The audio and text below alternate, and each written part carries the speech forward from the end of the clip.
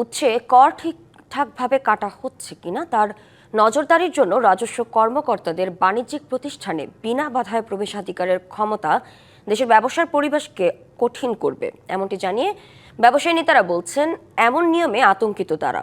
আর আইনজীবীরা বলছেন রাজস্ব আদায় বাড়াতে সরকার এমন বিধান করলেও ব্যবসায়ীদের হয়রানি বাড়ার সুযোগ রয়েছে। দেশব্যাপী উচ্ছে কর ঠিকঠাকভাবে কাটা হচ্ছে কিনা তার নজরদারির অংশ হিসেবে রবিবার রাজস্ব বোর্ড সংবাদ বিজ্ঞপ্তি দিয়ে 5টি নির্দেশনা জারি করে। কর অঞ্চলগুলোতে বিশেষ দল তৈরি করে যেকোনো বাণিজ্যিক প্রতিষ্ঠান ব্যবসা কেন্দ্রে বিনা বাধায় কর কর্মকর্তারা প্রবেশ ও সরেজমিন পরিদর্শন করে হিসাবের বই, ভাউচার, ব্যাংক স্টেটমেন্ট, রসিদ এবং অর্থনৈতিক কার্যক্রম সম্পর্কিত যেকোনো নথি পরীক্ষা ও তলব করতে পারবেন। রাজস্ব বোর্ড জানায় বিভিন্ন সময় কর কর্মকর্তারা প্রতিষ্ঠানগুলোতে প্রবেশ করতে চাইলে বা নথি তলব করলে দুই পক্ষের মধ্যে অযাচিত ঝামেলা তৈরি হওয়ায় এই পদক্ষেপ। রাজস্ব বোর্ডের নতুন এমন বিধানে আতঙ্কিত ব্যবসায়ীরা।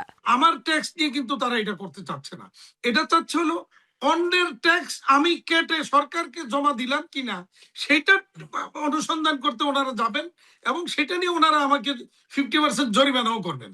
টিডিএস যেটা আমি যে কিছু কেনাকাটা করি আরেকজন যার কাছ থেকে কিনলাম তাকে হয়তো আপনি পাচ্ছেন না, তার ট্যাক্সটা আমার কাছ থেকে আপনি নিবেন। এটা আমি মনে করি কোনোভাবেই এটা সঠিক সিদ্ধান্ত না সরকারের, এনবিআর এর।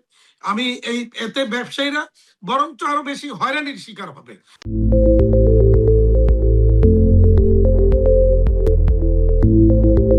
তবে বিশ্লেষকরা বলছেন রাজস্ব বাড়াতে সরকারের এমন পদক্ষেপ হলেও তাতে হয়রানির সুযোগ রয়েছে, যার প্রতিকারে ব্যবসায়ীরা আইনগত সহায়তা নিতে পারবেন। তাদের আর্নিং বাড়ানোর জন্য যে ট্যাক্স টু জিডিপি রেশিওটা কিভাবে তারা 10%-এর দিকে নিয়ে যাবে, কারণ তাছাড়া গভর্নমেন্টের যে এক্সপেন্ডিচার সেটা কিন্তু কন্টিনিউ করাটা খুব ডিফিকাল্ট হবে এবং সেজন্যই তারা এই section 147 of the Income Tax Act 2023 introduce করেছে।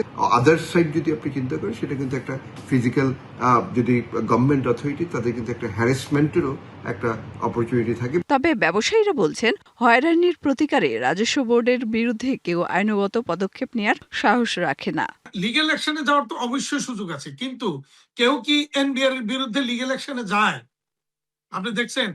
ইভেন মনে করেন আমি যতটুকু কথা বলি আর কেউ কি কথা বলে? তবে বাজেটে সরকার ব্যবসা সহজ করতে বিল নিয়ন্ত্রণকরণের ঘোষণা দিলেও রাজস্ব বোর্ডের এমন সিদ্ধান্ত সরকারের দ্বিমুখী নীতির প্রতিফলন, এমনটা বলছেন ব্যবসায়ীরা।